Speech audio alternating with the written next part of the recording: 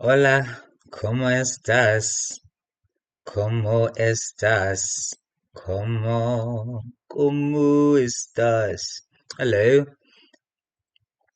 So today I've decided I'm gonna use the camera on a laptop. Hey, Tuvelu. Okay. So I don't know when I'm gonna start this, but day one. Day one. So I saw one of I forgot his name. If I find him, I'll put him somewhere. But essentially, he was talking about, or she, I'm not too sure. Forgive me, or they. Hey, I'm not sure. But essentially, they were saying that as creatives, we tend to put ourselves in a box, whatever that box looks like for you. For me, I'm slowly going through, how do I say this? Looking at what works for me and what doesn't, or what resonates with me and what I want to continue looking deep into, or passions that I have put to the side for whatever reason. So, this is the intro for. I watched the Nina Simone documentary. I think that documentary is on Netflix, so I had downloaded it. I had downloaded it and I was planning to watch it. So, when I did watch it, there was no electricity, so I was just,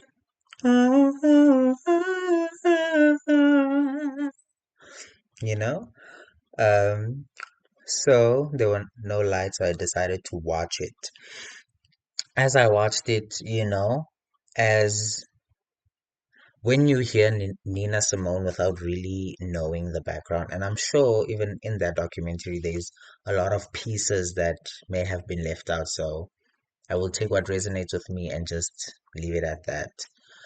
Um, it was interesting to see the journey of a creative where her biggest dream was to be the first black woman to play at that not Colosseum, but at that theater space where you play piano.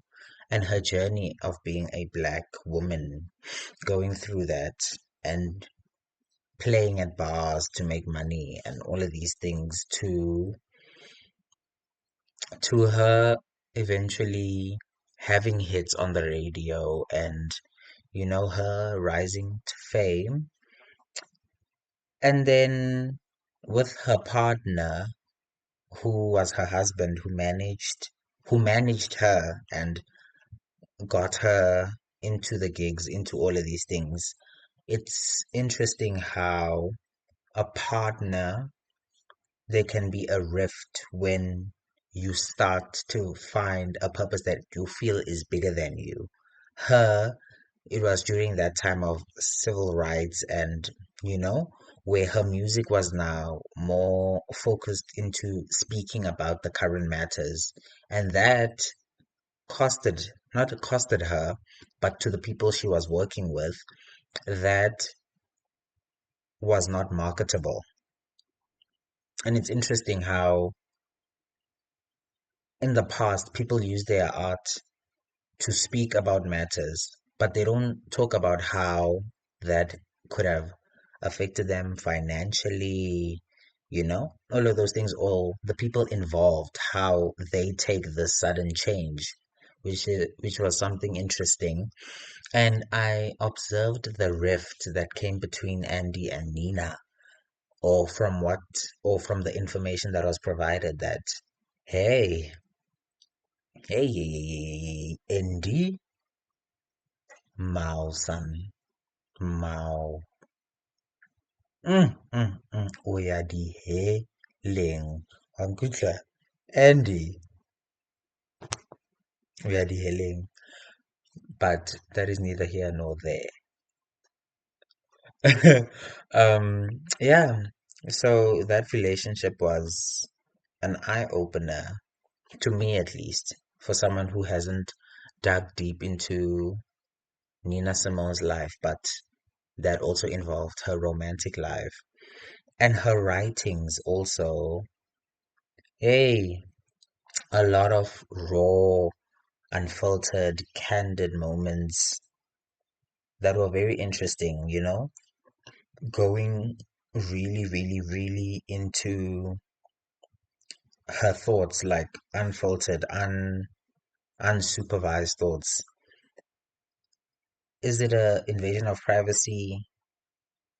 Yeah, it is, because we never know if she would have wanted us to know that. But also going through the watching the the documentary, we observe her beginning to her mental deterioration and how that affected her relationship with her children.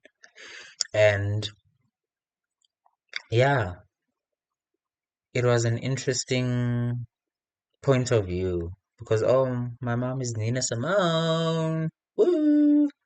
But you don't know the turmoil that comes with having a mom who is Nina Simone, or you as a person who might be bipolar, might be schizophrenic, any mental disorder. I'm sure you are also in a place where you're like, you don't even feel like yourself, but you can't articulate why you don't feel like yourself, which is such an interesting thing. And an observation I made where I was like, wowzers. Hey, wowzers. Yeah, so as I was watching it in the dark, gloomy night, I came, I was like, okay, I was feeling creative. So now this is hopefully the start of 75 Hard Creative Edition. Yeah. So I wrote, and to preface this, when I was younger, I used to write poems, used to write songs, really creative stuff. And that went away. Not went away, but I just stopped doing it for who knows. So this is one of the days. I don't know which day is it, but yeah, I wrote a poem about, or I called it I'll Wait for Love. Nina, in parentheses, Nina and Andy. Yeah, and I'll kind of read it first and then break down what my thoughts are. So I said, it's been said that love will find you, hidden in the corners of the dark. Though I may find it, it's not the calling of my life. Sirens of pain may cry, but my path has changed. I may be the Nina to your Andy, but this life is not dandy. There's a calling on my life. A love of limerence isn't worthy. There is a calling on my life.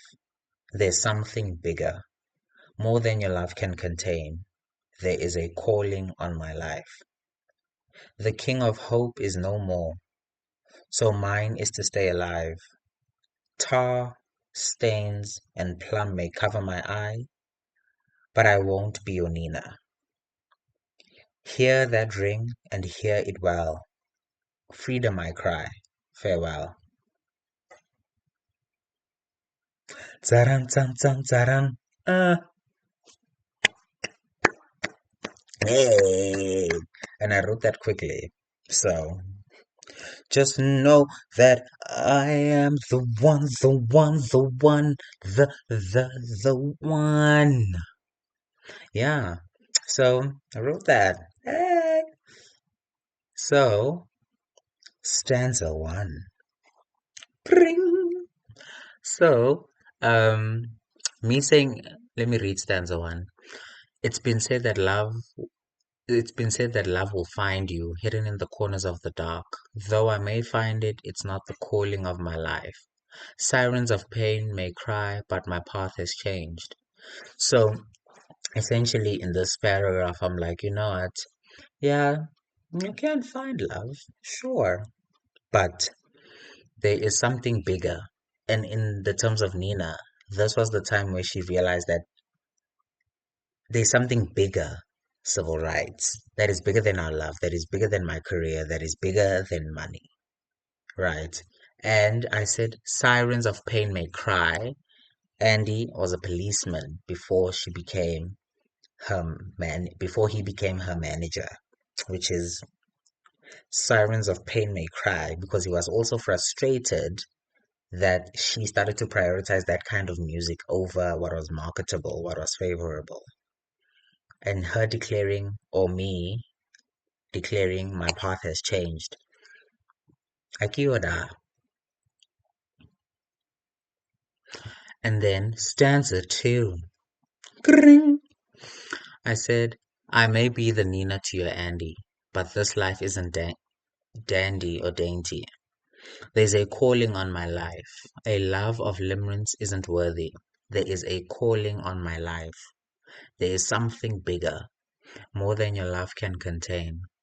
And there is a calling on my life. So stanza two is just reinforcing this notion that we are together, we are in union. But the refrain of there is a calling on my life, there is something bigger, is just amplifying that, babe, clearly you're not hearing me, that there is something greater, and I will achieve it. Med yo, med me, med yo, with or without you, which is interesting. And then last stanza. Kring. I said the king of hope is no more, so mine is to stay alive. Tar, stains, and plum may cover my eye, but I won't be your Nina. Hear that ring and hear it well. Freedom I cry, farewell. Dunzo. So the king of hope is no more.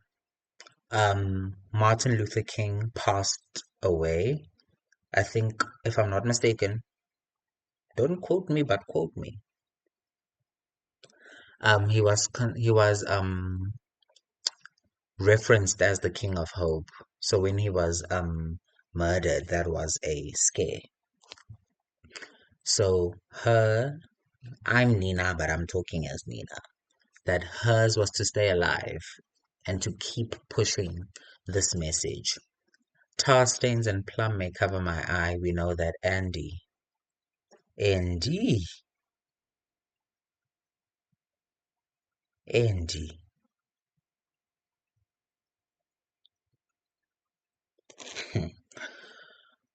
Hey, Andy thought he was a boxer now, using her as a punching bag. But do you know, we are neither here nor there.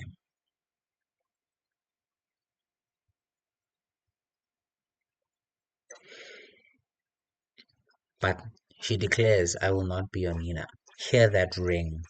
She took that thing off. But also when you get knocked out, you hear that ring in your ear. Freedom I cry, farewell. And that could work two ways. The freedom that she had left that relationship, or the freedom of her finally passing. Because there was so much turmoil, you know? So I wrote that. Tsaran, tsam, tsam, tsaran. Okay. Love you down. Oh, look at that. Shadow. Wait. Okay.